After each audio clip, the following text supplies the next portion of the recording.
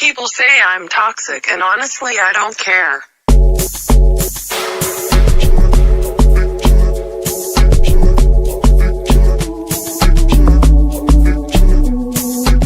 October Red is sponsored by SA Security. Maximum security, minimum fuss. Hello, good evening to all of you. I'm Abs of October Red, and this is a post-presser live.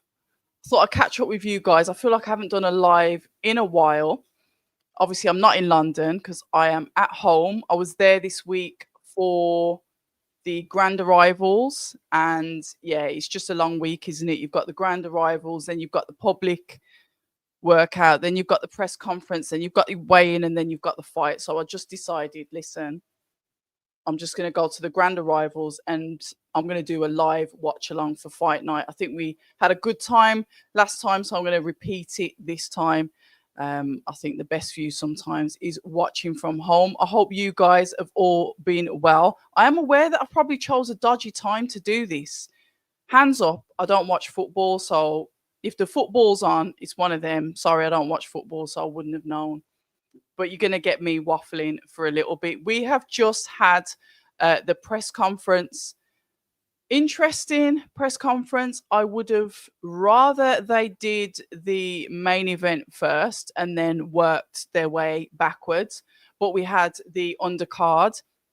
Interesting two fights on the undercard was the heavyweight bout that we've got between Tommy Welsh and Richard Riakporhe.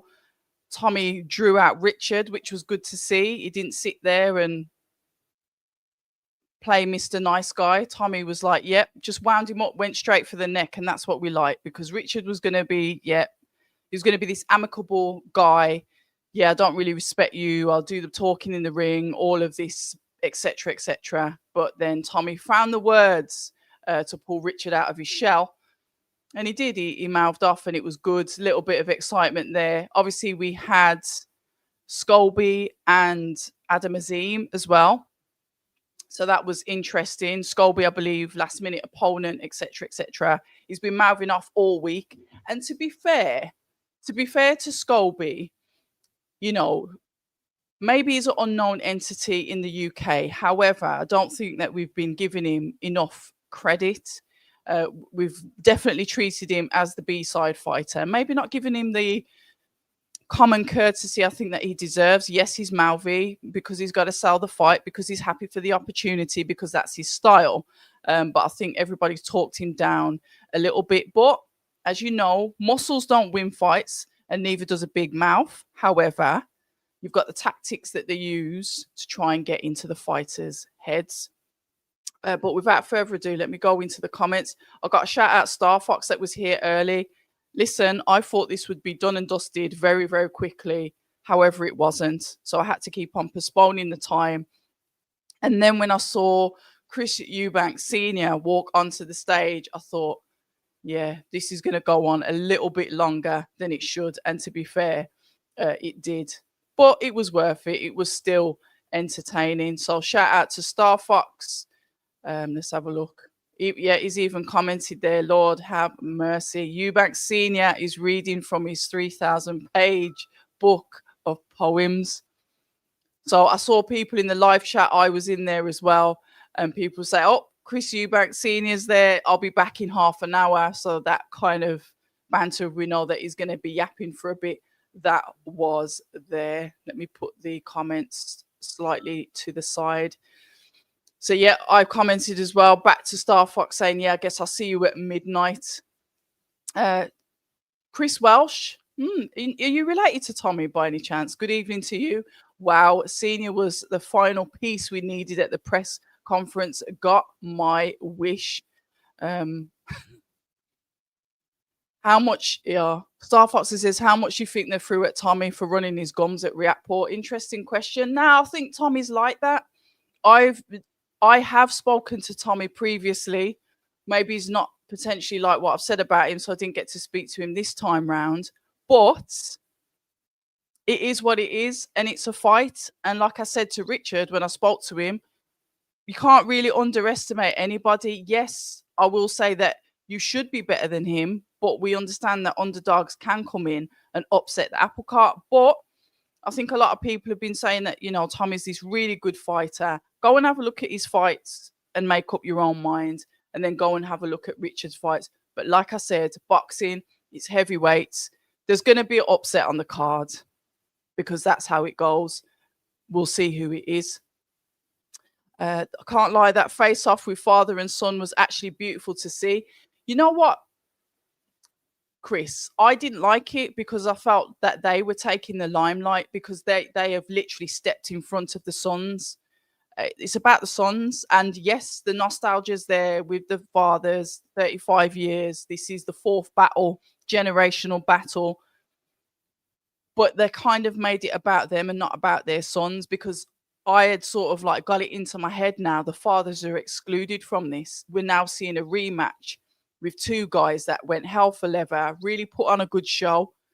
But it was kind of distorted because it almost turned into like the father's show. But you know what? If it adds value, if that's what they've done for the marketing, if that's what they believe is going to get, to sell the last few tickets, if they've still got tickets available, we'll see how it goes. I did like Eddie Hearn with the cues. I like that very, very much. A couple of people were saying in the comments on the live that it was cringe. No, it wasn't, because what they did is they played music, and then Chris Eubank Jr. couldn't speak over the music, so he's like, "Oh, I'll wait till the music stops," because the attention was taken away from him. So I think that was, what do they say in tennis? Game, set, and match. I think I'd let Eddie win that one. I thought it was a good take with the cue cards.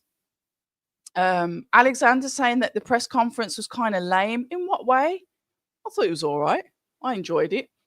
Kept me entertained. Jay Sharp. And sorry, good evening to all of you that are here as well. Apologies. I've forgotten how to do a live now.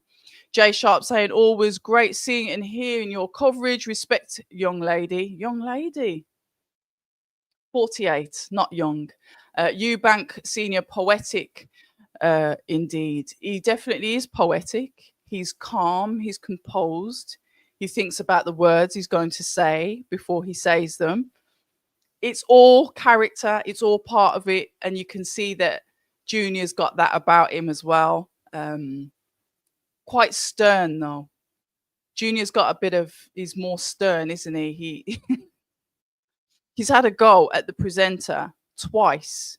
I think one was at the public workout when he was like, I'm not here to talk about my personal business. When he asked him a question about the Chris obviously announcing, I think it was on the BBC, that he's expecting twins.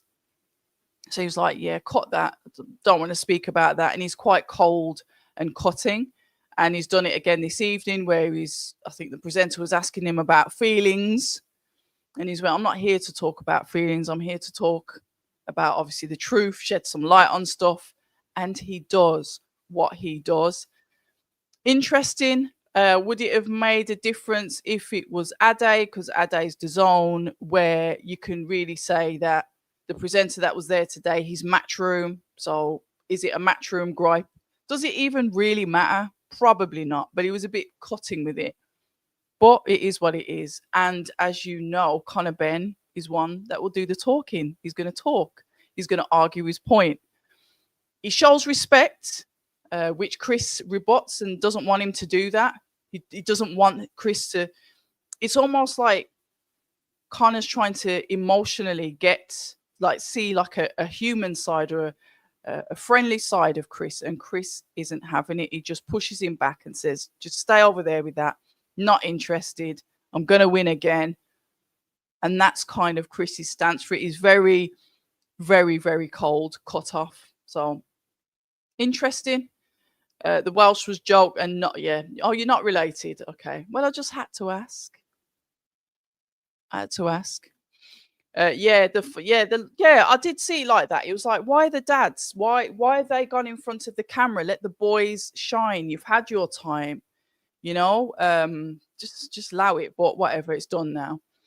If you thought that was lame, corny from Hearn, I enjoyed it. I liked it because it was obvious that as soon as Eddie did start to speak, Chris was going to go over him. So the way to do that is with the cue cards. It worked. It got the audience rumbling. But yeah, it's a press conference. What more detail can you go into? It's a Riyadh season. It's a ring card. It's the same kind of design that we've seen, where it's a very, very long week for the fighters, because theoretically it actually starts on the Monday. They have like a media day on Monday where they'll be speaking to like the key channels, then it goes into Tuesday. So they are literally worn out. And potentially that's why I didn't go back down, because it's like, you're going to see them every day. You're potentially not going to get people that you want to speak to anyway. They're going to be absolutely tired of talking to people. They're getting ready. All of the fighters on the card are getting ready for Saturday. So do they need to be repeating themselves thousands of time, answering the same questions? Because inherently we're going to all end up asking the same questions, and that's it. So I think it's a drawn out process. I was speaking to one of the guys that were there, and it said they could have literally done the grand arrivals as part of the public workout and potentially compressed it. So it was like the 3 days before the fight rather than the 4. But look, hey, that's down to them. That's their strategy. That's the way they like to do it. And we might like tuning in every day at 6 o'clock for the whole week, because it makes the event not just about fight night. It's the whole week. But we'll see. Mixed reviews. Chris is saying that Hearn felt awkward seeing Senior with their differences, and I'm going to go into that in a bit, because I did watch the TalkSport conversations. To me it was corny, as when Frank Smith went up on the last one. Yeah. Tushin rants. Next time you see Eddie and Connor Abs, please ask why they scammed over 3,000 fans when selling the Benn NFT. What was it? What's the NFT? They promised rewards they didn't deliver and ghosting fans after they're paid. I'm sure I've seen something like that on Twitter, but what is the NFT?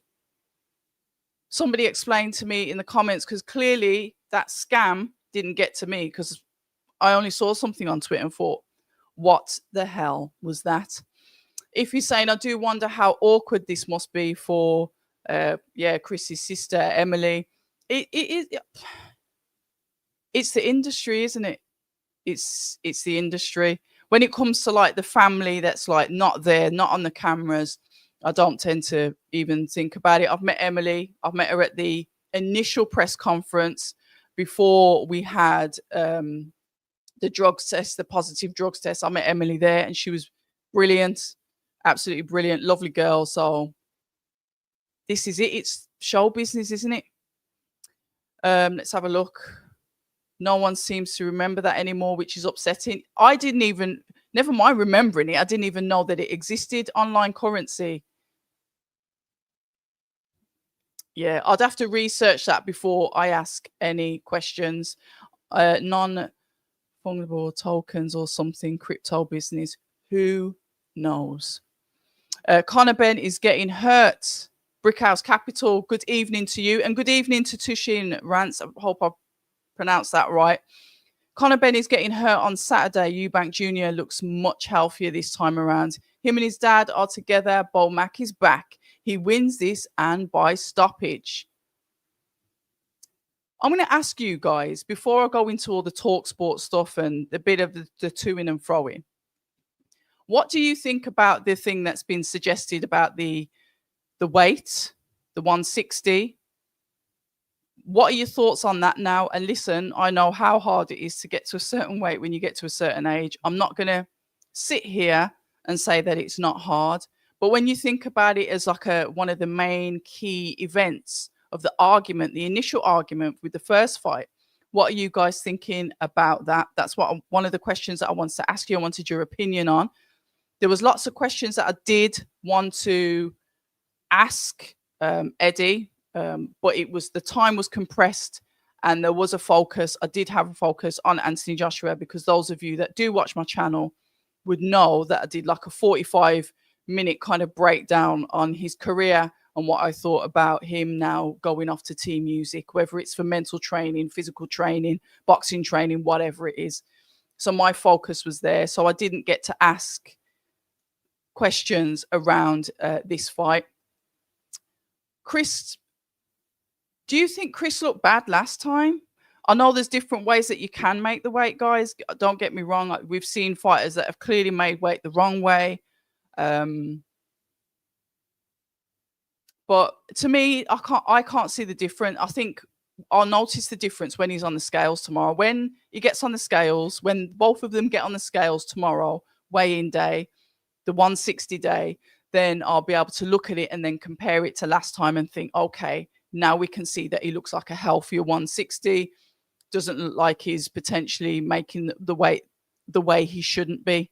And like I said, you've got to be careful what you put out on social media, especially when you're involved in fights, because like you said, you've got the BFC watching, promoters watching, everyone watching, and you've just got to be mindful because that can have an adverse effect on you. So if you don't want it out there, if you don't want people to screen record, save it, share it, etc., just don't put it on social media. So we will see. Let's have a look. Yeah, truth teller Maxwell, spot on. That's exactly what I said. We won't know until the weigh-in. Everyone can look healthy in the face, and then you see them on the scales, the actual weigh-in day, and that's when you'll know what the truth is. Brickhouse goes on to say he will make 160 because he's doing it right, and you can see the difference between how he looked last time and now.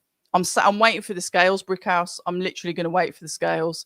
If he concurs with that, he says he does look healthier this time. Brickhouse goes on to say that he looked horrible last time. Watch it back. I will. I definitely will. Videos to views. Hey, October, and hey, back to you. At the last one, he looked like he was struggling to walk. Okay. We'll have to see. Now, just a little topic that I want to go on to is obviously it's been a media week, and we've had Chris Eubank Sr. do a little bit of a media tour as well as Nigel Benn as well. So the seniors have been out doing their bits. There was allegations of Eubank Sr. being paid to go to the event. Now, whether you believe it or agree with it or whatever, because it went over my head, if I'm honest. I was just like, yeah, whatever. He's paid to go to an event, whatever. I don't care. It doesn't affect me. It's not me that's paying him. I do think when we get involved in boxing, we are so concerned about money, like it's almost coming out of our pockets, or we're financially benefiting from it. As fans, we do not financially benefit from the sport. So whether his dad got paid or whatever, but obviously he rebutted that, came back down and says, listen, that's a lie once again. And this is where we pick up Matchroom once again, the allegations, Eddie Hearn making up stories, Nigel making up stories about him being paid. Do we care if his dad was paid? Is it a bad thing? Is it a bad thing? Would it be a bad thing if he was sat at home, if he was saying, you know what, I'm not going to this, I don't agree with the fight, which he protested all the way through the first fight, remember? He wasn't on board with it. And somebody says, look, we really would like you to be here. Here's a few quid. Is there anything wrong with that?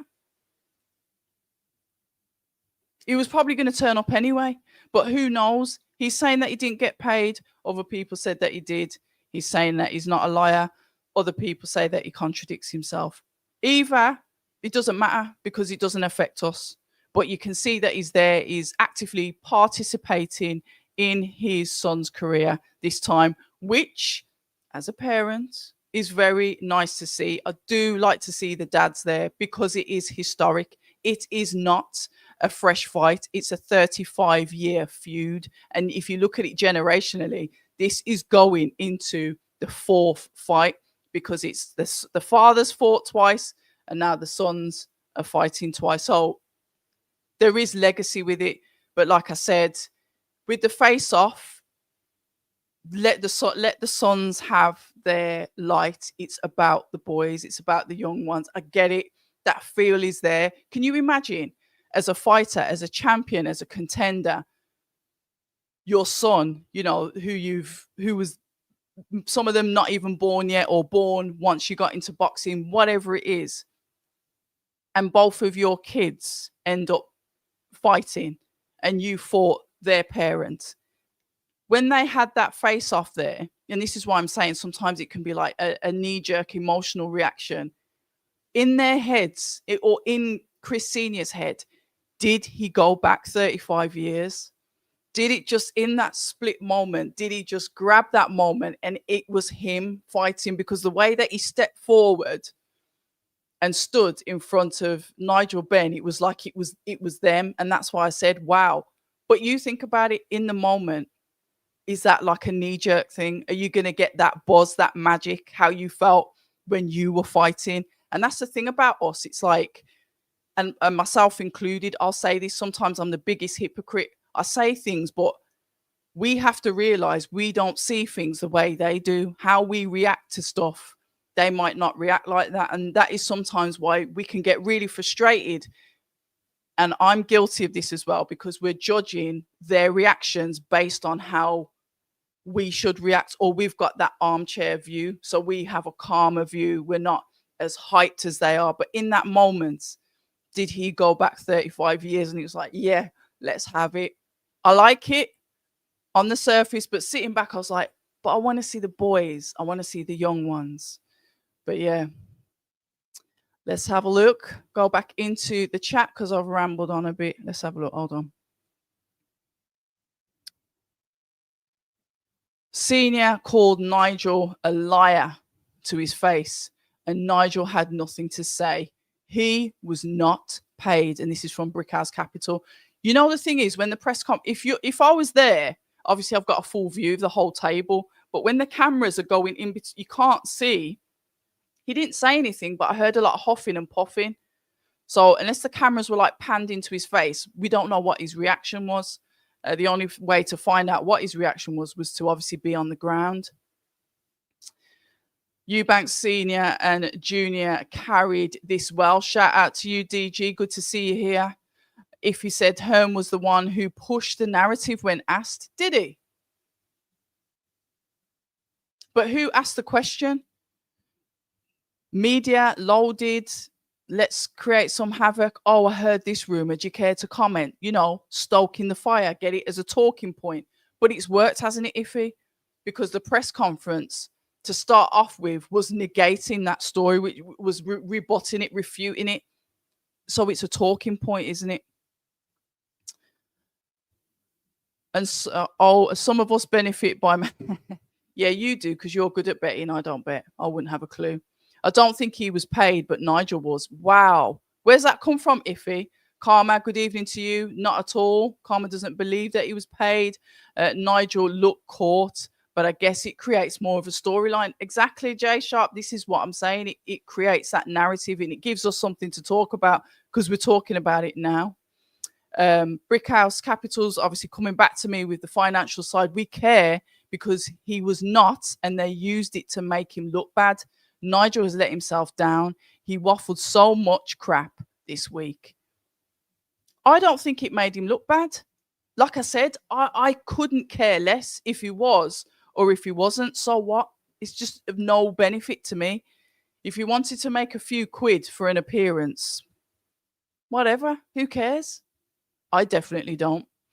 DG saying it's clear to me Eubank Senior did not receive payment. The accusation was only turned up for money. The accusation he only turned up for money is what is wrong. Yeah, I don't know. I don't even look at it like that. Big up Danny Glover and Bass, aka Danny Lethal Weapons, the dynamic duo. Yeah, I couldn't do the live on Tuesday, could I? Because I was traveling back from London. Brickhouse goes on to say Nigel accused Chris Jr. of getting to the hospital first. Of course, he got there first because him and Connor were giving a post-fight press conference as if they'd won, and yet they lost decisively. Brickhouse, I'm getting the slight impression that you're not a fan of the Benns.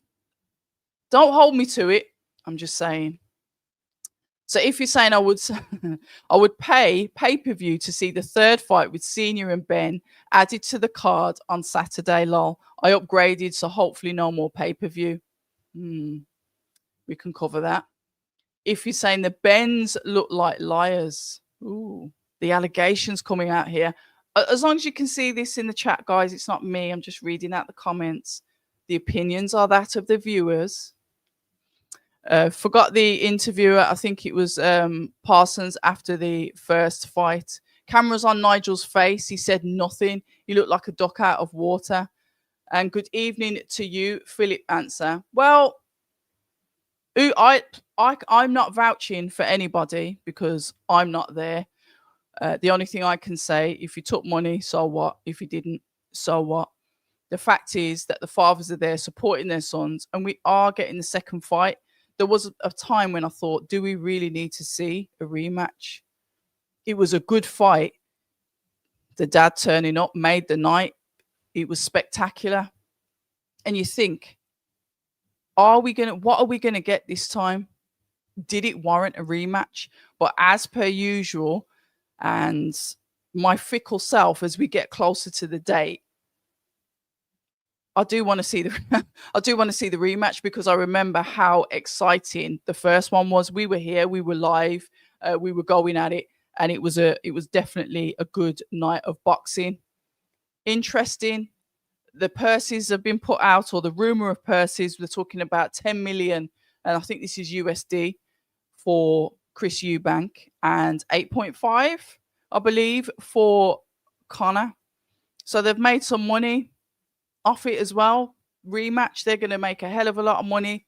Good for them. Chris Eubank Jr., when he put up that picture the other day of his face, I know he said that he went into hospital with severe dehydration. His face was really swollen bad. I think Connor's face blew up straight after the fight. His eyes were puffy, his cheeks were flared out, from the punches, devastating punches. It was a good competitive fight. It was to-ing and fro-ing. I think them lot have been a bit harsh, saying that Connor's performance was poor. I don't think it was, but I don't know if they're downplaying that because they've got some kind of trick up their sleeve for this one. I can't tell you who I think will win. You guys have said Chris looks in so much better condition.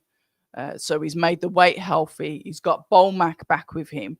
But I'm not going to fall into this illusion, because yes, Bolmac's been with Chris Jr. before, when he had the match with Liam Beefy Smith.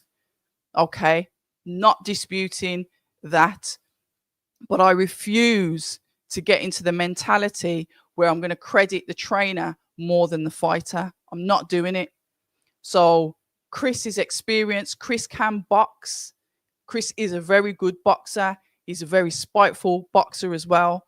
So to me, it didn't really matter who was in his corner. Bolmac is perfectly suited to Terence Crawford, just like Virgil Hunter was great for Son of God, Andre Ward. It doesn't mean that you're going to continue that with other fighters. And that's a hill that I'll die on, because I'm not falling into this, perfect trainer. I spoke to a lovely man by the name of, and there's my memory now, Paddy Lynch, and he's a Brummie. Of course, he's a Brummie. I'm a Brummie. And he said to me, it's not the coach that makes the fighter, it's the fighter that makes the coach. So I don't really get that excited when I hear about who's in whose corner. I think about the fighter and the improvements that they make. I look at the improvements and then I think, okay, you definitely see some improvements under that coach. But Chris has changed coaches a few times, where Connor has stuck with Tony Sims through thick and thin. So I'm not going to get gassed up on who's in the corner. I believe that Chris Eubank Jr. is very capable, no matter who's in his corner. It's just down to him, because he can box. He's got skill, and he's so spiteful. a beautiful, spiteful fighter. That's how I remember him all those years ago when Next Gen was definitely a valid name name for him. I can't believe he's still pulling that tag, but it works. It works. Next Gen in your 30s, Next Gen. So there's hope for me yet. Let me head back into the chat. Brickhouse says, you're right, October. Not a Ben fan at all. They call themselves Christians, but their character is the opposite. Nigel is a disappointment. Please elaborate. I don't think that religion makes anybody any better than anybody else. You know, but whatever. Ice Chips, good evening. I haven't seen you in a long time. Good to see you. As a big man, if a man calls you a liar, you have to respond. Okay. If you're saying, I hope Eubank Jr. wins, and it's actually in pounds, not dollars. Okay, even better. Even better. And Brickhouse concurring with what Ice Chips has said. A Eubank will never lose to a Ben. If Chris makes the weight properly, it's an easy win. I don't think he's going to have a problem making weight, DG. I think he's going to sail through it. I think he's going to be comfortable at the weight. It's going to be an interesting fight. I really can't call a winner. Brickhouse goes on to say Conor lost, even if he looked like Naomi Campbell after the fight. That's his business. He lost to a dehydrated Eubank Jr. He's got to make weight properly. Chris Eubank Jr. is too stubborn. He eventually does his own thing. Yeah, but the thing is, he can box. He's the type of fighter. He's a bit like Tyson Fury. He can just go in there and box on his own. I'm not saying that he doesn't need a trainer. Like there is a need for a guide in the corner, but he's more than capable. So I'm not going to put the credit and the onus onto anybody because I know what Chris is capable of. I've watched him for years. Like I said, when Next Gen, he definitely was Next Gen, the young, fresh-faced, the Chris that would, often smile. But you can't take away the pain and the trauma that you see in Chris's eyes when he speaks. Obviously, rest in peace to his brother who passed away. It's your brother.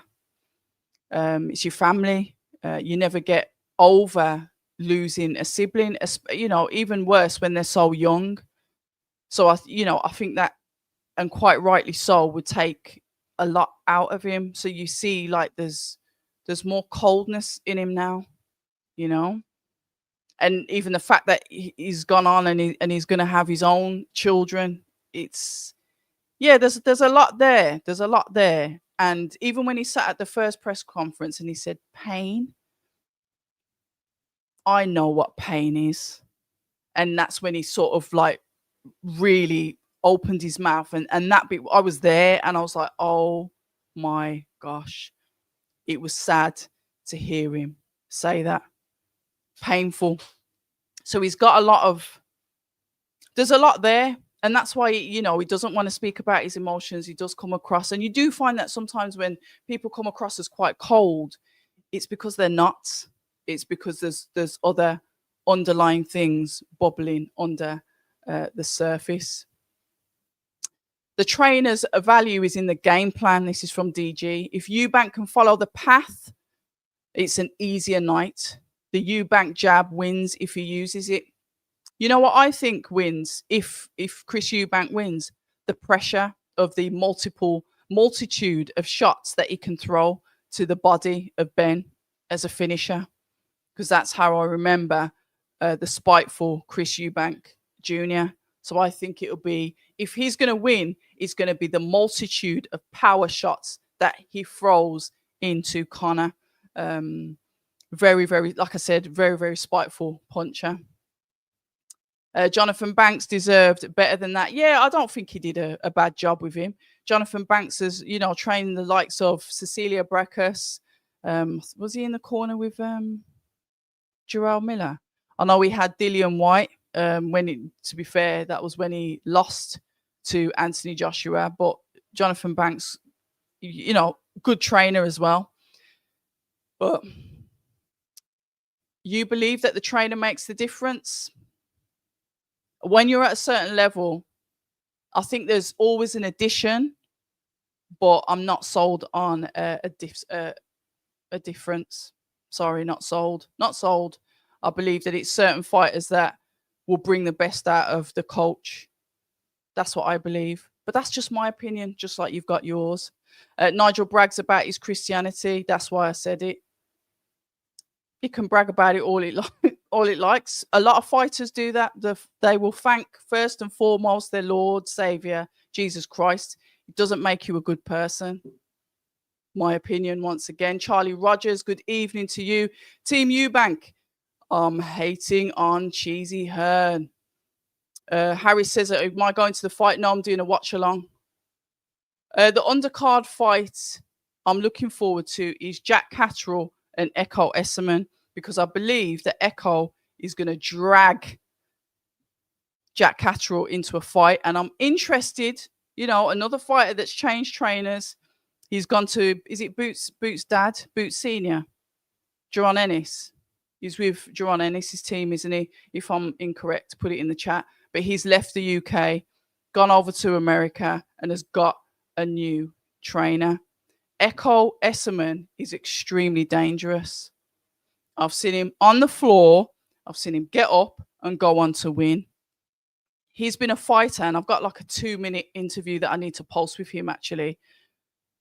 He was almost somebody that was almost like put into fights to see if he'll lose, but he just kept on coming back stronger and stronger. That's a dangerous fight, because the engine, everyone says, every time Jack Catterall fights, blah, blah, blah. I think the engine is going to take it somewhere else. But we'll see. We will see. So that's definitely a fight that I'm looking forward to. It's the fight that I've spoke about from when the card was announced. So, OK Design says Eubank in 9. So we're saying stoppage then. Interesting. And good evening to you, OK Designs. DG says Nigel Benn was a great fighter, but a very flawed character. He's matured with age, but his core is not as righteous as they make out. I've got a little bit of a news flash, guys. Religion doesn't make you righteous. Doesn't. I still don't understand why, as the A side, Team Eubank allowed the rehydration clause at all. I don't know. That is something for the contracts. I think the promotional teams, management, lawyers, they've obviously, when you say allowed it, if he's agreed it, hasn't he? Don't know. I thought there would have been room for negotiation to make sure that they didn't do that again, but obviously not. VJ Slim, good evening to you. I like it. Nigel looked stupid.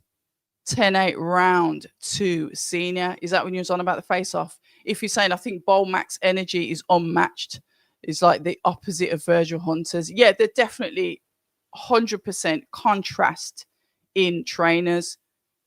100%. They're all different and they work well with who they work with. But like I said, I'm not going to buy into it that it's fantastic because of the trainer that you've got in the corner. The fighter's the one that has to go out there for 3 minutes, whether it's a plan or not, and he's got to think for himself. I've spoke to countless fighters and they said, yeah, you can study this and study that and work to a plan, and then the fighter will come out and do something completely different. You've got to be able to think on your feet yourself as a fighter. You've got to be able to do that. And that's where we see sometimes with fighters getting dragged into a fight they potentially don't want to get dragged into. We've seen it several times. I'm preaching to the converted. I think Eubank, Charlie Rogers is saying, I think Eubank, TK. Okay, so a couple of you. Did somebody say round 9 early or round 7? Echo wins it. So Buatsi will bring the best out of Hunter. If Buatsi was allowed to be Buatsi. Yeah. You know my thoughts on the Buatsi matchup with Hunter. I don't need to keep repeating myself. I've said it to everyone, and I've been quite open and honest that Just because it works with a certain fighter doesn't mean it's going to work with you. But actually, in my personal opinion, he described a fighter that I already knew was there that just needed a little bit of tidying up with the defense. And that was when he was first started out and he was with Rob McCracken. Same as Anthony Joshua was with Rob McCracken. Same as Carl Froch was with Rob McCracken. Same as Lauren Price is with Rob McCracken. That worked. True regarding the multitude of shots, but the jab sets it up. Of course, the jab sets it up, but I think he's going to do it via a finisher. Shame Chris didn't listen years ago when he was absolute savage. Yeah. I was very upset when he kind of stepped out and disappeared for a bit, because you're right, he was an absolute savage. A pleasure to watch. A spiteful fighter that had that attitude and that charisma, the way that he'd walk in the ring, nostalgic to his father. It was all there, and it just, yeah, it was just frustrating. But life's. The fact is that he's come back. They're all prize fighters. They all fight for money. So it is what it is. Are the belts that important anymore? Or are we looking at who can provide us with the most entertaining fights? Are we moving away from belts? Are we moving away from championships? And is it just about exciting fights? Is it even about the best fighting the best anymore? I don't know. Boxing's definitely evolving. Echo for the win, unless Jack can get away from that boring style. Hopefully Bowsy has unlocked a bit of life in him. And this is what we're going to see, aren't we? This is what we're going to see. Has Willie's style change up? Can you teach an old dog new tricks? Eddie Hearn sat there and said that about Chris Eubank Jr. Going over to Bolmac, but he's not mentioned that when it comes to Jack Catterall. Can you teach Jack Catterall new tricks, as he is also an old dog, if you look at it like that?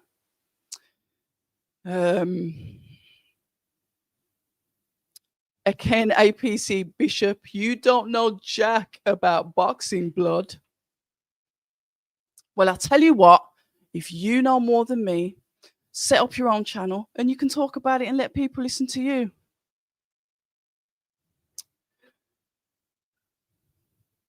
So Eubank's best wins are against fighters who come towards him. Spike O'Sullivan had a same style as Benn, but Eubank stopped him. And that was a really good fight. I remember that. I remember the face-off for that. Absolutely brilliant. And then look what he did to him. It was marvelous. I love that fight. I remember it so well. Did he retire him after that? I'm sure Spike retired after that. Ice Chip says rehydration is a myth and motivated by money. Bolmax energy can motivate anyone. Does Chris need motivating? If you're all right, then if you're in his corner, you're his coach, what does he need? What would you add to Chris's corner? You're in there, you're the coach. You're saying Bolmac provides that motivation. What would you tell him to do? How would you get him to win the fight? VJ, as a religion is to control. God is about unity, not divide. But I'll get back to boxing. And it is allegedly about unity. James, good evening to you. He had to be paid to turn up for his son. Was he going to be there if not for the money? I don't know. Who knows? Who knows? But either way, couldn't care less. Chris wants the money. The clause comes second, third, maybe even last. Chris has twins on the way. Ditch the rehydration clause and enter as healthy as possible.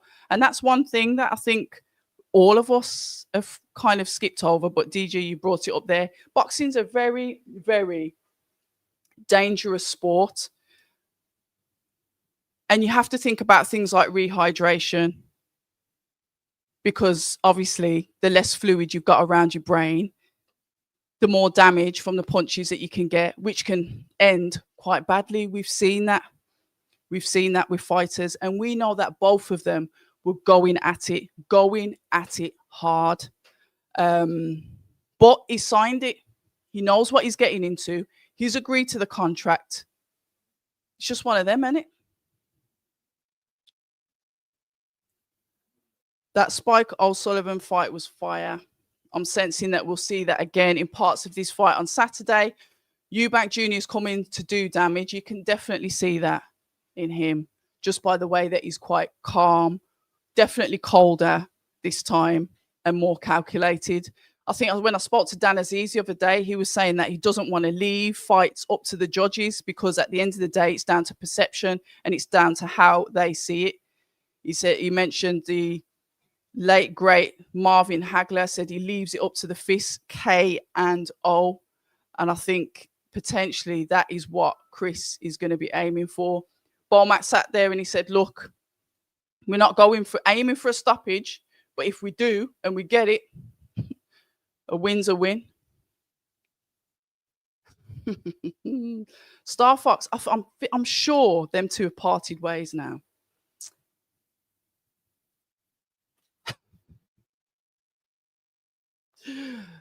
Lawrence Okoli comments to Riatport. Yeah. Well, what do you guys think of that fight? What do you guys think of Tommy Welsh? Have you seen him fight? What do you think that he can bring to the table?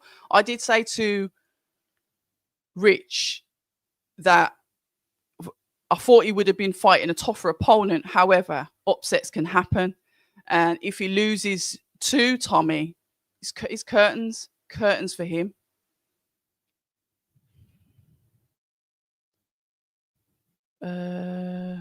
Which Frank Warren fighter? 100% religion doesn't make you righteous, but plenty of once bad mind people turn to, yeah, and they do, and they do, but it doesn't like I said, it doesn't make them righteous. Spike is still going, but he might as well retire. He is still going. I thought that Chris retired him from that fight, and he didn't look that good against the Polish fighter. Okay. So Echo is all wrong for Catterall. Echo would drag him and then drown him in the later rounds. I agree with that, Ice Chips. That's the way that this fight can go. If you're looking at Jack Catterall's last fights, 100%, because that's what the engine does. They don't call him Echo EE, the engine, for nothing. So yeah, I think that's potentially a dangerous fight. However, if you're going on the coach's logic, and we'll soon find out on Saturday, we will see what will happen with it. Okay, he's a relation of yours, is he? People say that, but I don't know if he is. Eubank Jr. retired Spike and damaged Grove so much his hand was dangling off his shoulders. A locked-in Eubank Jr. delivers wickedness. This fight will be vicious. Yeah, definitely. Riatpur should win as long as Madonna hasn't taken on his energy with her witchcraft. Listen, she's got a young Jamaican thing now. He's gone to the curb. She ain't interested in him again. I saw the interview you did with Richard. You call him Rich. Always as a fighter, I didn't like his vibe, so I'm not sure how it goes. You didn't like his vibe. Interesting. Tommy should be a catwalk for Richard. Well, we'll see what happens. Like I said, it's heavyweights. I do believe that there will be an upset on the card. I don't think it's going to be, I don't know, A-side fighters winning all the way through it. So we'll have to see what happens with that. But I'm not complaining about it. I don't know if it's part of this new pay-per-view thing, which is what, 25 quid a month that DAZN have announced that they're doing away with it. And it says, what did they say? Minimum 12 fights a year that you get on the pay-per-view, or is it maximum 12 fights that you're going to get that should be pay-per-view included in your subscription? 25 quid. With the way that we've been paying pay-per-view every other week, it seems like, especially the later part of this year, the subscription is what it is. I pay for the subscription. I've upgraded as well. So, and we've got the Benavidez fight. Not that I'll be staying up to watch it. Oh, actually, is it in Saudi? Oh, if it is, we'll be doing a watch along for that as well. But we'll see how that goes. Anthony Joshua, then the rumor is potentially he is fighting Jake Paul. Interesting, that, isn't it? I don't know how I feel about that fight, but we'll see what happens with that. Hold on, got some things here. Charlie Rogers is saying, I don't rate Tommy Welsh. A few people have like said, oh yeah, he's a really good solid fighter, and oh, this could be potentially dangerous for Rich. And then I'm looking through the fights and I'm thinking, okay, but don't know, we'll see. CDG says Richard Riakporhe's taking a risk with this fight. It's a run out only. Well, it should be a run out. On paper, it should be. Look, it's heavyweights, isn't it? So anything's possible. You can't really write anyone off. On paper, they've got similar records. Obviously, they've been built differently. One of them's had the TV broadcast, and one of them's been working away silently in the background. So this is a massive opportunity for Tommy. It does come from boxing blood. Yes, I thought Richard might have fought somebody that was further along in their career. And like I said, I used Jordan Thompson as an example. After 2 years going up to heavyweight, look at his debut, look at who he fought. One of the Cubans, one of the Perot brothers, I do beg your pardon. That was a mad risk for his first fight at heavyweight. So when I'm looking at that, and then I see Richard going into fight number 2, yeah, as a heavyweight, I'm expecting a little bit more of a risk. And that's why I said that. Not to disrespect Tommy, because Tommy's done his own thing, albeit behind closed doors, as it were. The fights, I've not really seen them. But I thought Richard would have took more of a risk. But like I said, I don't mean that in a disrespectful way to Tommy. So, but we'll see. Let's have a look. Oh, I've missed some things. If he's saying, I hope Richard wins. James is saying Benn should go for the body early. So we're mixing up the fights here. Obviously, like I said, Charlie said he doesn't rate him. DG said he's taking a risk. Trust me, those direct debits aren't funny. What for the DAZN prices? Jake Paul will do a Jermaine Franklin on AJ. We'll see, won't we? This is actually a good fight for Richard. I think his opponent is undefeated. Yeah, Richard is tough Nigerian from my ends in South London. As long as he's still eating jollof rice and cow foot, he will win. But if he's eating salad with banana, he'll get clapped up. Listen, I don't even know if he's still in the UK. Obviously, he trains in Scotland, so I don't know what he's definitely having for his dinner. He's definitely put on size, though. Like I said, I saw him the other day, had a chat with him, asked him why he took this opponent, etc., etc. Because the fight that we all wanted to see him have was the one with Lawrence Okoli, the fight that should have been made when they had a little scuffle in the cinema, but that didn't happen. So, but we are here. They're going to potentially meet anyway. He's looking at mixing it up with domestics. I've thrown the name out of Jordan Thompson for them two to potentially fight as well. Eddie's looking at putting Jordan into the British mix. We've got obviously Jamie Takivi and Fraser Clark going for the British title. Eddie's going to try and creep in there, said that he potentially wants the winner for Jordan, or potentially throw him into 8-rounder and then put him in for the British. So that there's a lot of stuff that's going on domestically for the heavyweights that I guess they can all mix it up with. But we'll see. We will see what happens. Ice Chips is saying Riakporhe needs a spectacular KO, but to get the best fights, he needs to show some vulnerability to get the better fights. And I hear that. Strategy, Ice Chips, I hear it. And if you have a look at Tommy comes forward, his front foot, he unloads his shots. There's not that much composure with him. Richard's more composed, but you don't need to really have that much composure. It's just what the damage that you can do in the fights.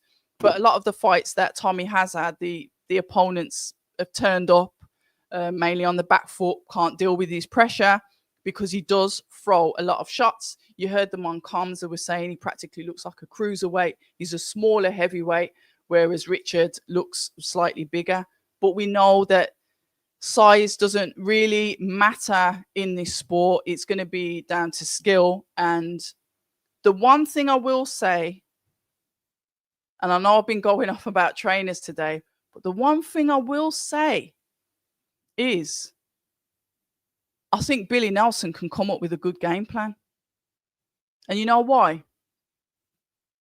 Look at his last fight, Crocker Donovan. Look at that. That was a really good fight.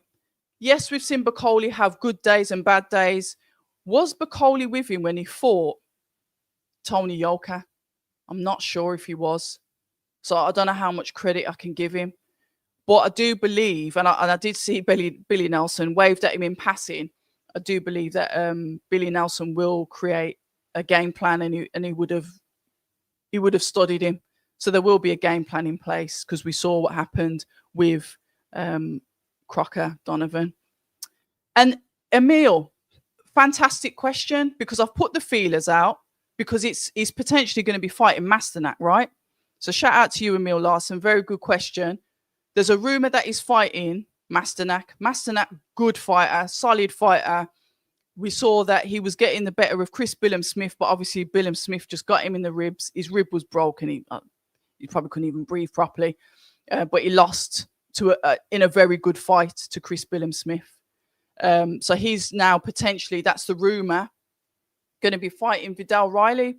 But the question is, who is Vidal Riley signed to? Because he's openly left Boxer. But when you look on Boxer's YouTube page, they've put up a lot of the fights, the previous fights, that obviously with the fighters that have left. The only one that's not on there is Boatsy, I think. But Vidal Riley's fights up there, Ben Whittaker's fights up there. But obviously that was like in the millions of views. So I guess they wouldn't take that down. But nobody knows who Vidal Riley's gone with. And I've literally gone to his management team and they've literally said, not saying anything, leave it as that. So I've been told to go away and stop asking questions. But to announce a potential fight and then we don't know who's going to be hosting it is a bit of a weird one. So very good question. I've asked it. Nothing's come back yet. Maybe we'll get something in the next couple of days. I would presume it's either going to be Queensbury or Matchroom, but who knows? It could be Wasserman. Who knows? It could be MVP. Who knows? Ice Chips has said Richard has a reputation of being gun shy and can be boring. Somebody else said this, Ice Chips. If he doesn't let his hands go, that's going to be a problem. But like I said, are we going to put that into the hands of the trainer and see if he can come off with anything good there? Nelson and Bacoli, Romeo and Juliet. Riyad Porsche. You think so? Adam Booth? Why? Oh, and Josh Kelly's gone back to Matchroom. That was interesting. But sort of having Wasserman as, I don't know, like advisors, or they're still slightly involved in his career. That was a bit of a weird one as well. Boxing is just upside down and on top of its head at the moment. Let me have a quick look and see what is on X while we're here before I disappear off into the night. Let me have a look and see what's going on X. Not the horror pages that I follow. Just trying to see if there's anything come up. Nah, it's just people going on about Anthony Joshua. But we will see what happens with him, because according to Eddie, it's not yet a done deal. I've heard that potentially it more or less is, but we'll see what happens with that. So on that note, I am going to disappear off into the night. Hold on. Richard Riakporhe's had nothing left at cruiserweight. His output as a heavyweight was good. Now he has energy, and we'll see if he follows through. We'll see if it really works on the weekend. I'm looking forward to it. I would have liked a better opponent, but saying that, Tommy could come and upset the apple cart, and it's as simple as that. It's heavyweights.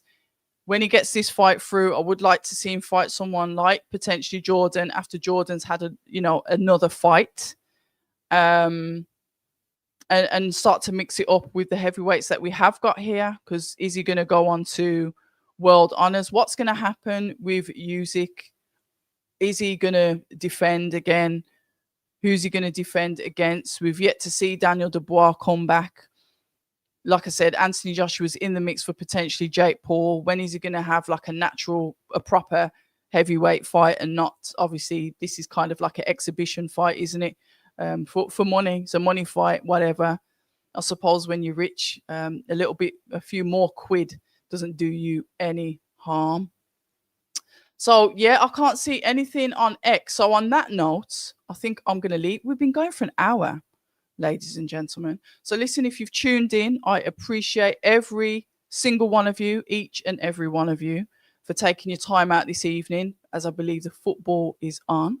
I will be back Saturday night, probably starting from the Richard Riakporhe fight. I think that probably about 4 fights. So I'll start from there, and then obviously we'll get to the headline. So I appreciate all of you. I'm Abs of October Red. Thank you very much for tuning in. As you can see, we've got the sponsors in the corner there. Shout out to SA UK, Maximum Security, Minimum Fuss, and to all of you that got involved in the chat as well. Very much appreciated. Even the dickheads that just have to say something because it's easy to talk shit when you're online. Anyway, on that note, adios, take it easy, and see you all soon. People say I'm toxic, and honestly, I don't care.